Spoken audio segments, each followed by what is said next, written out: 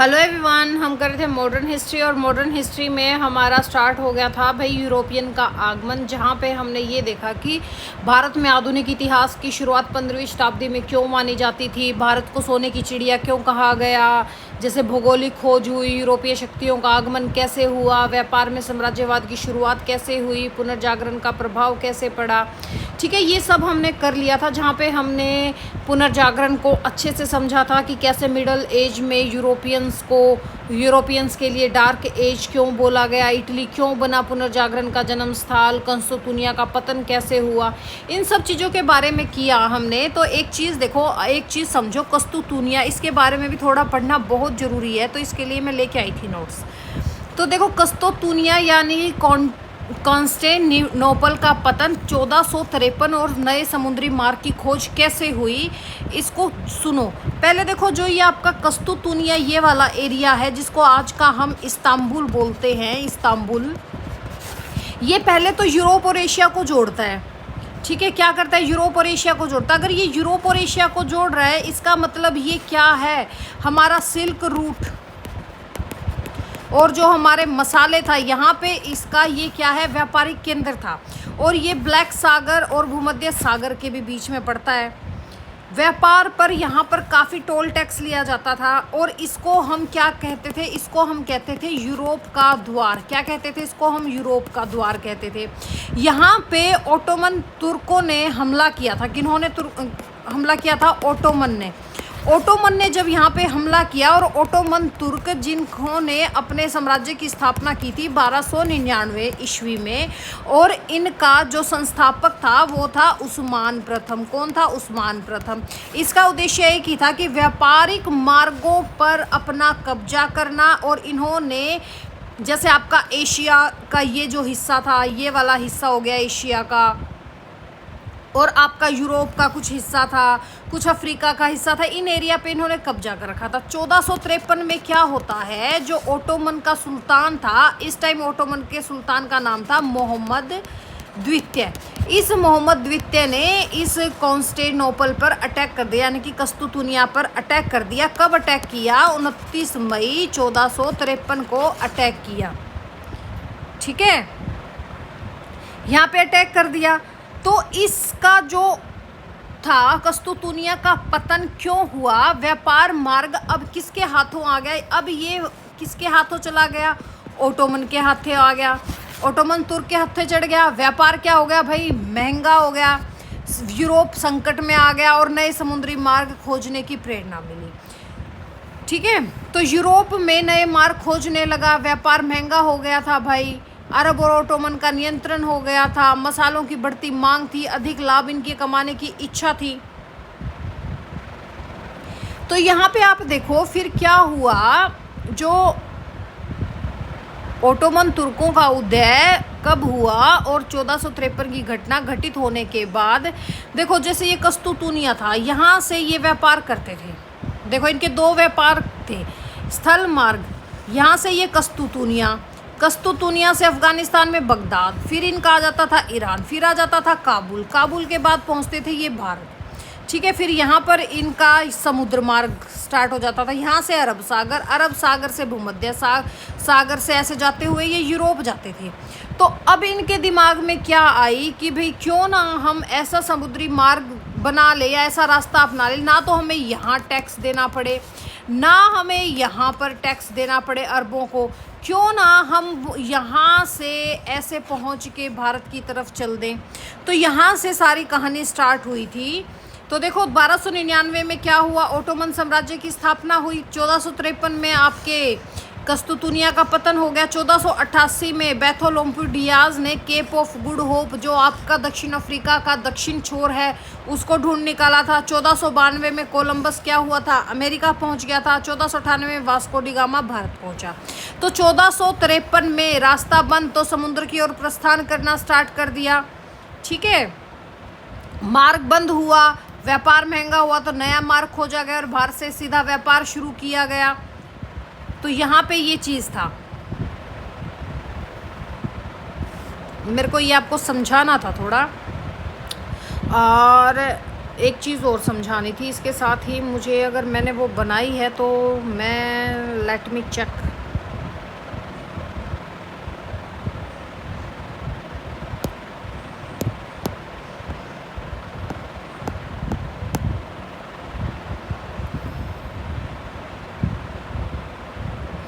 अब ये देखो, जो ये कस्तूतुनिया वाला सिस्टम था, अभी मैंने आपको समझाया कंप्लीट। यहाँ पे देखो, जैसे ये सिल्क रूट था, सिल्क रूट आपका कैसे चलता था, भारत, जैसे देखो ये हो गया भारत, भारत से काबुल, काबुल से बगदाद, बगदाद से आपका कस्तूतुनिया, कस्तूतुनिया से जाता था यूरोप, यूरोप, ये तो स्थल मार्ग था। और स्थल मार्ग से आपके रेशम, मसाले, कीमती वस्तुएं और विचारों का आदान प्रदान हुआ।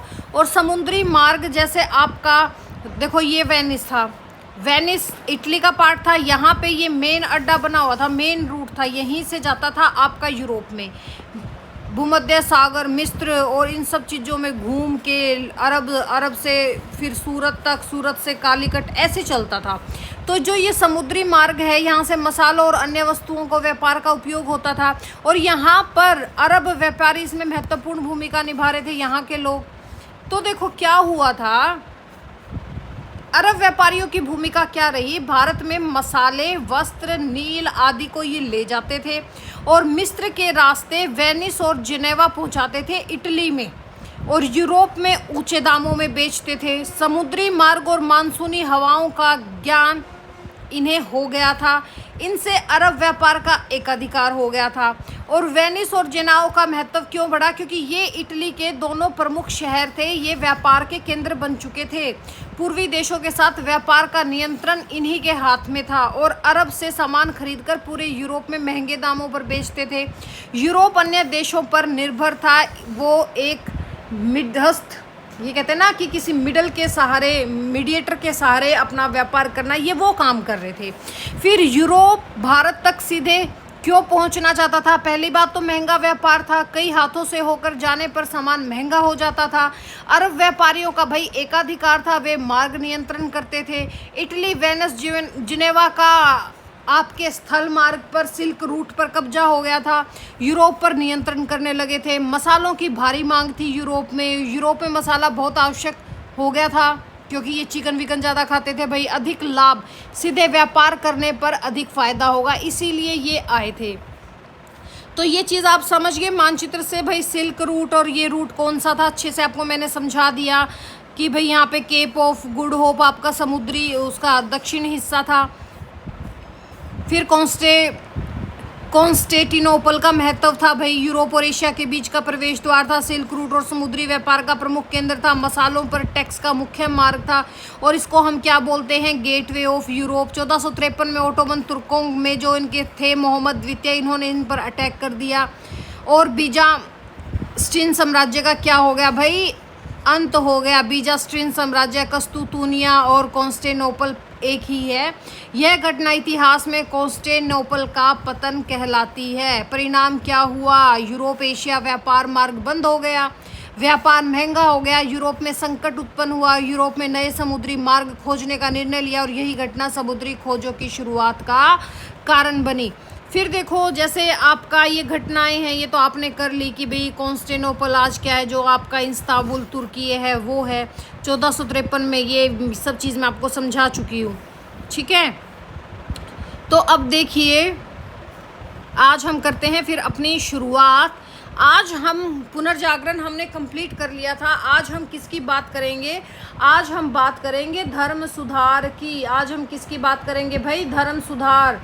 क्या रीज़न था धर्म सुधार आंदोलन का, क्यों हुए धर्म सुधार आंदोलन। तो देखो, इस चीज़ को भी समझने के लिए हम एक पेज ऐड करते हैं, और आई गेस मैं इन पिक्चर्स के, इनको छोटा सा कर दूँ ना,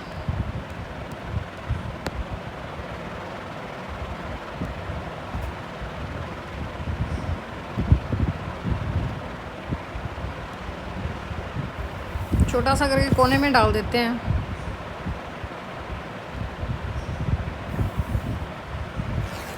देखो, आज हम किसकी बात करेंगे, दोनों को एक दूसरे के ऊपर कर देते हैं। आज हम बात किसकी करेंगे? आज हम बात करेंगे धर्म सुधार आंदोलन, रिफॉर्मेशन कैसे हुआ। अब हम किसकी बात करेंगे? धर्म सुधार आंदोलन की। तो देखो, जो धर्म सुधार आंदोलन था, अगर पुनर्जागरण ने लोगों को सोचना सिखाया तो धर्म सुधार आंदोलन ने क्या किया? लोगों से क्वेश्चन पुट करवाने की हिम्मत दी, यानी कि प्रश्न पूछना सिखाया। देखो यहाँ पे क्या हुआ था, अगर हम फर्स्ट पॉइंट की बात करें तो चर्च की क्या थी? चर्च की सर्वोच्च शक्ति थी। चर्च के पास क्या थी? चर्च के पास सर्वोच्च शक्ति थी। सर्वोच्च शक्ति का मतलब, जब आपकी 15th और 16th सेंचुरी थी, यहाँ पर जितना भी आपका वेस्टर्न यूरोप था, वहाँ पे आपके रोमन कैथोलिक चर्च का प्रभाव काफ़ी था। कब था? 15वीं और 16वीं शताब्दी में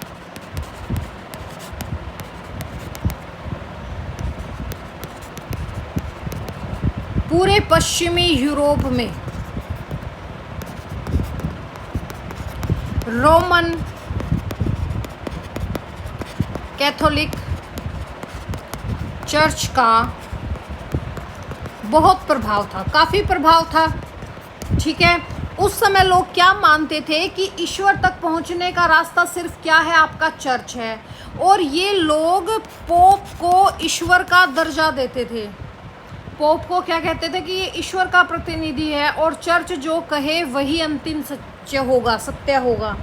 तो चर्च केवल धार्मिक संस्था नहीं, बल्कि राजनीति, शिक्षा और समाज, इन पर भी नियंत्रित करती थी। मैं आपको ये कंप्लीट नोट्स आपको पीपीटी बना के रेडी करके दूंगी, आप समझ लो सिर्फ। ठीक है, इनका नियंत्रण था इस चीज़ पे, शिक्षा पर, समाज पर, राजनीति पर। कोई सिर्फ धार्मिक संस्था नहीं रहेगी थी चर्च में जो पोप होते थे उसको मानते थे कि ईश्वर का प्रतिनिधि है और चर्च जो कहे वही आपका लास्ट सच है, और ईश्वर तक पहुंचने का रास्ता भी केवल चर्च है। बट चर्च में हो क्या गया था? चर्च में आपके भ्रष्टाचार फैल गया था। चर्च में क्या हो गया था? भ्रष्टाचार फैल गया। समय के साथ साथ चर्च में कई बुराइयां आ गई।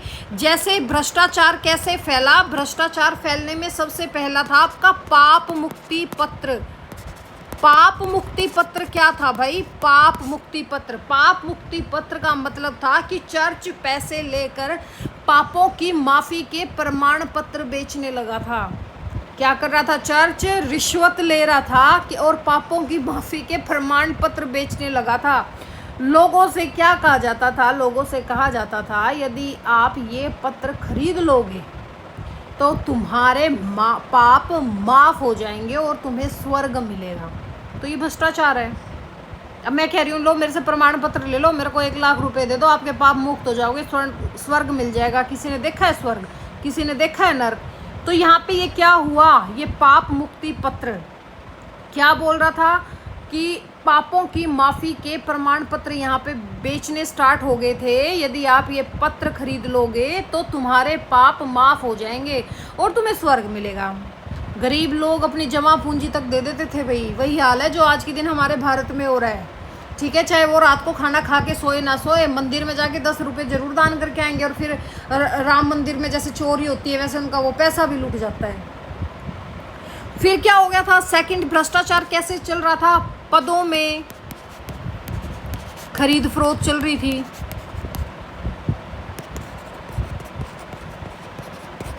धार्मिक पद भी पैसे देकर मिलने लगे थे। तीसरा, विलासिता का जीवन जी रहे थे। क्या कर रहे थे? विलासिता का जीवन जी रहे थे। धर्मगुरु सादगी छोड़कर महलों में रहने लगे थे।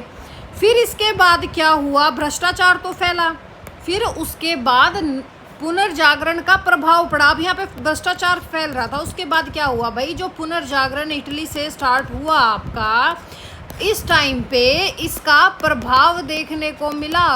अब इसका प्रभाव आ गया था। अब लोग कैसे हो गए थे भाई? पढ़े लिखे हो गए थे। वे सोचने लगे थे क्या सच में पैसे देकर पाप माफ हो सकते हैं? क्या केवल चर्च ही ईश्वर तक पहुंचने का रास्ता है? तो तो यहीं से क्या हुआ, चर्च के खिलाफ असंतोष बढ़ने लगा। और जब ये असंतोष बढ़ने लगा तो 1517 में एक घटना घटित होती है। एक आपके मार्टिन लूथर थे, मार्टिन लूथर ने विद्रोह कर दिया। तो मार्टिन लूथर का विद्रोह कब हुआ, 1517 में हुआ। और मार्टिन लूथर ये कौन थे, ये जर्मनी के थे और ये भी एक पोप थे, ये भी एक पादरी थे।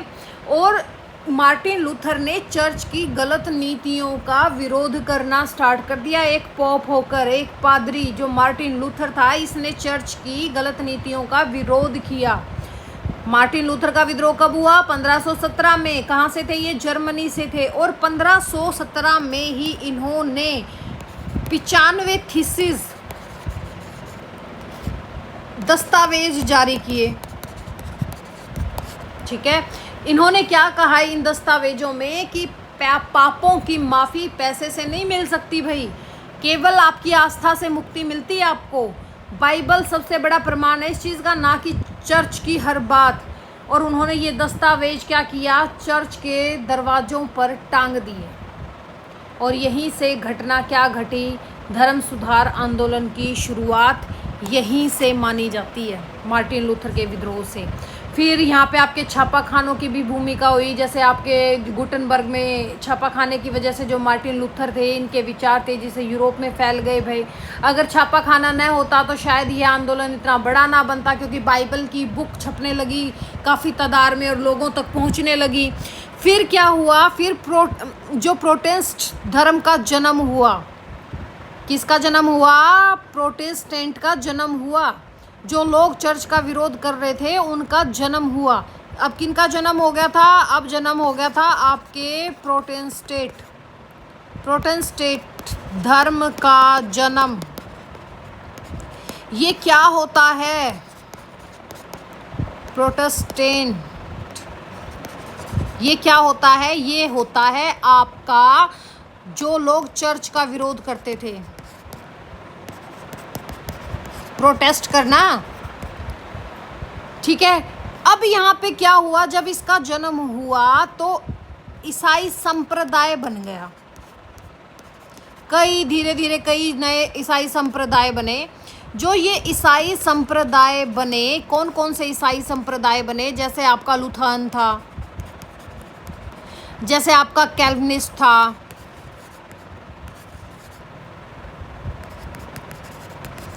और जैसे आपका एंग्लिशियन था।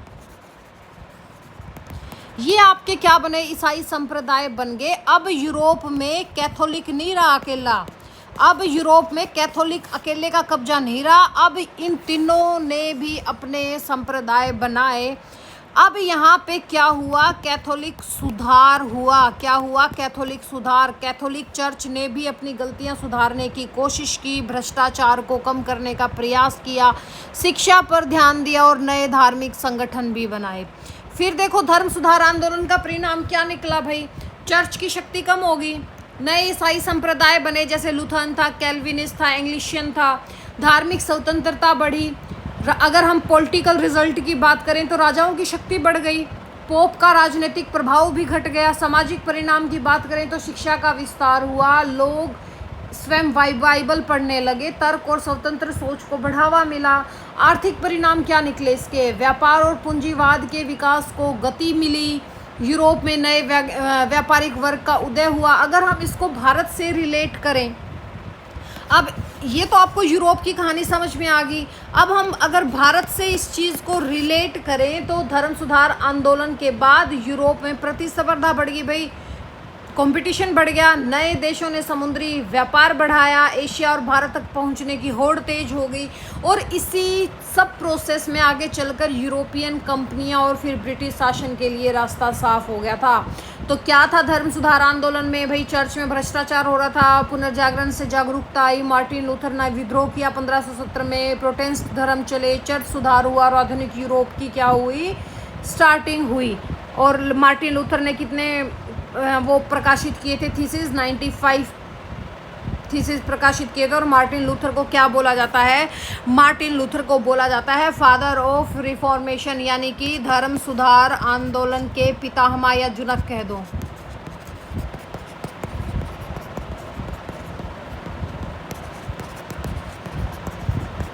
ठीक है। 1450 में जैसे गुटनबर्ग में जो छापाखाना बने, प्रेस छपनी स्टार्ट हुई, तो वहाँ पर इस आंदोलन के विचार पूरे यूरोप में फैले। फिर देखो, फिर हमारा क्या था? पूंजीवाद, कैपिटलिज्म का विकास कैसे हुआ? दो हमने कर लिए, पुनर्जागरण, धर्म सुधार। पूंजीवाद में विकास कैसे हुआ? अब देखो पूंजीवाद का विकास, और हम समझ लें कि पूंजीवाद का विकास कैसे हुआ। देखो पूंजीवाद किसी एक दिन तो पैदा नहीं होता, कैपिटलिज्म एक दिन में तो पैदा नहीं हुआ। ये कई सौ वर्षों में व्यापार हो गया, खोज हो गया, आपकी बैंकिंग होगी, उद्योग हो गए, इनके विकास से धीरे धीरे बना है। और मध्यकाल में यूरोप और किसान और सामंत थे, जो हमारी मिडल एज थी यूरोप की। मध्यकाल में, मध्यकाल का जो यूरोप था, इसमें आपके क्या थे? किसान और सामंत।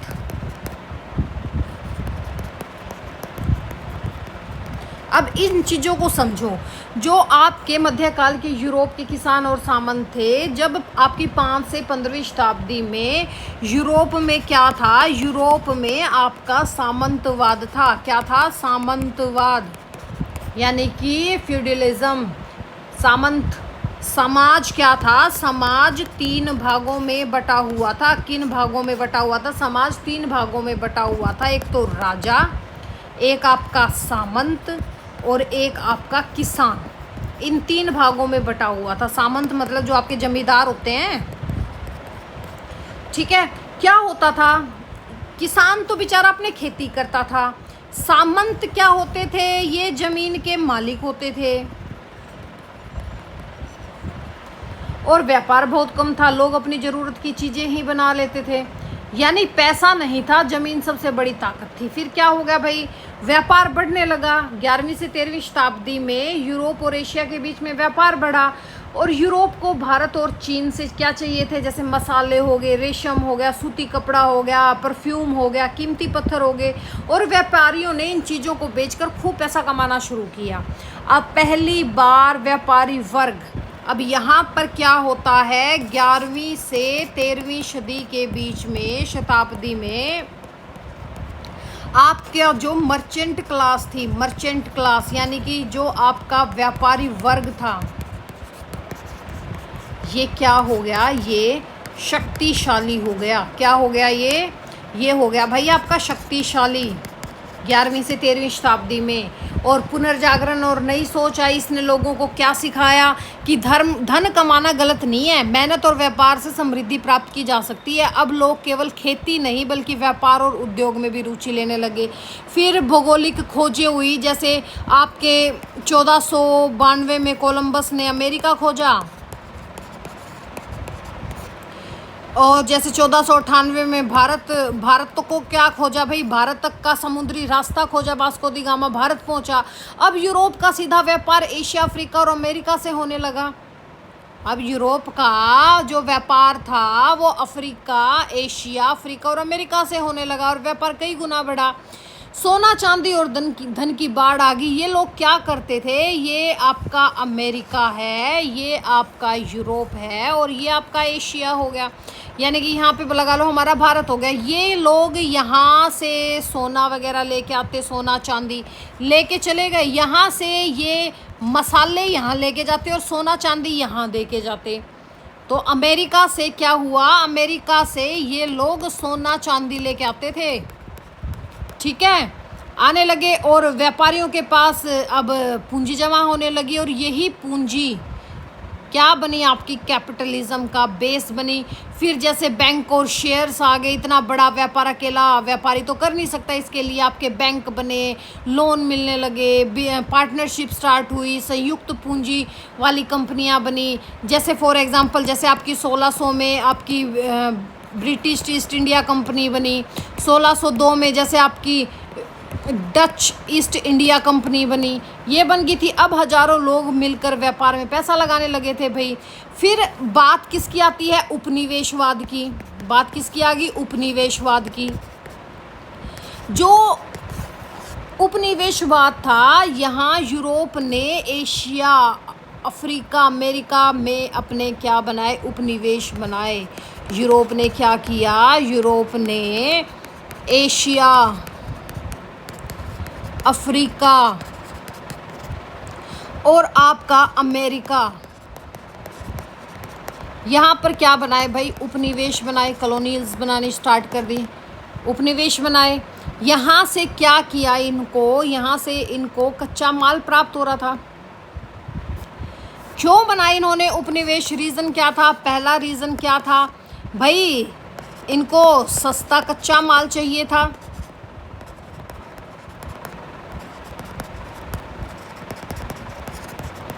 सेकंड रीज़न क्या था? तैयार माल बेचने के लिए बड़ा बाजार चाहिए था।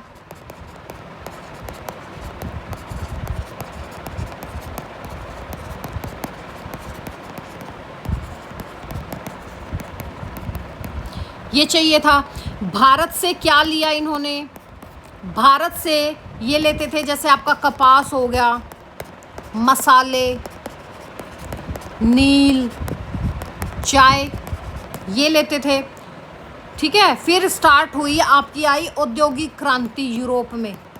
औद्योगिक क्रांति कब आई? आपकी औद्योगिक क्रांति आई 18वीं शताब्दी में। 18वीं शताब्दी में क्या हुआ? 18वीं शताब्दी में मशीनें आ गई। क्या आ गई? मशीनें।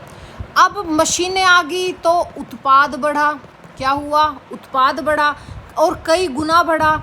उत्पाद बढ़ा तो कारखाने खुले। उत्पाद बढ़ने से क्या हुआ? कारखाने खुले भाई, कारखाने ओपन हुए। जिनके पास पूंजी थी उन्होंने क्या किया? फैक्ट्रियां लगाई। जिनके पास पूंजी थी उन्होंने क्या किया भाई? फैक्ट्रियां लगाई। फैक्ट्रियां लगाई तो यहीं से आपके किसकी शुरुआत हुई? आधुनिक पूंजीवाद यहाँ पर आपका क्या हो गया? विकसित हो गया। यहाँ पे क्या हुआ? आधुनिक पूंजीवाद पूरी तरह से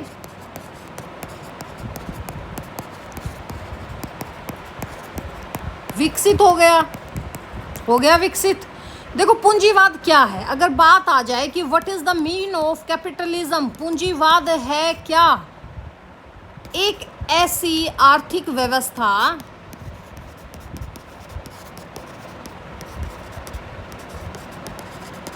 जिसमें हम किस किस की बात करते हैं? निजी व्यक्ति या किसी कंपनियां पूंजी लगाती हैं।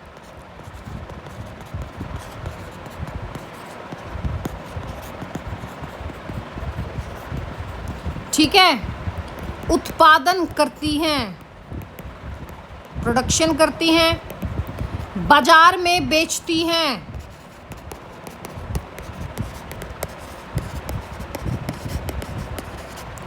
और प्रॉफिट कमाती है। यही तो क्या होता है? पूंजीवाद होता है।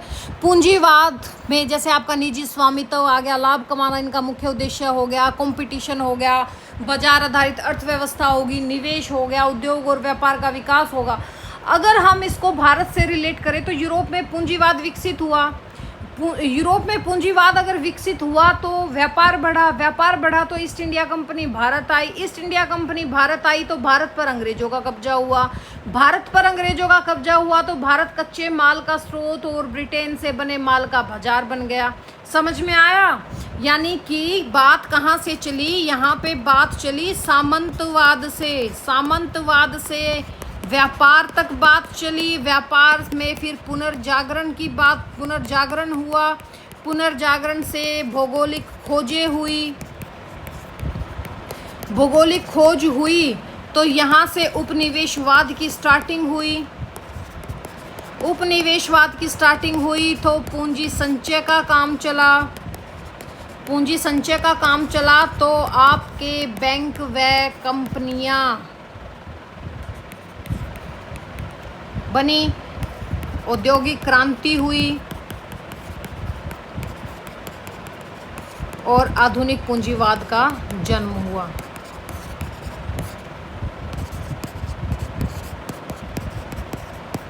समझ में आ गया। तो कैपिटल क्या होता है, पूंजी क्या होती है, उत्पादन में लगाया जाने वाला धन। और पूंजीवाद कैपिटलिज्म क्या होता है, निजी स्वामित्व और लाभ पर आधारित आर्थिक व्यवस्था। ठीक है, व्यापार से पूंजी बनी, पूंजी से कंपनियां बनी, कंपनियों से उपनिवेश बने और औद्योगिक क्रांति ने पूंजीवाद को विश्वव्यापी बना दिया। समझ में आ गया, हमने पूंजीवाद भी कर लिया। अब हम किसकी बात करते हैं, भौगोलिक खोज की बात करते हैं। ठीक है, भौगोलिक खोज में देखो, अब अगर हम भौगोलिक खोज की बात करें या नेक्स्ट लेक्चर में कर लें भौगोलिक खोजें या अभी करें?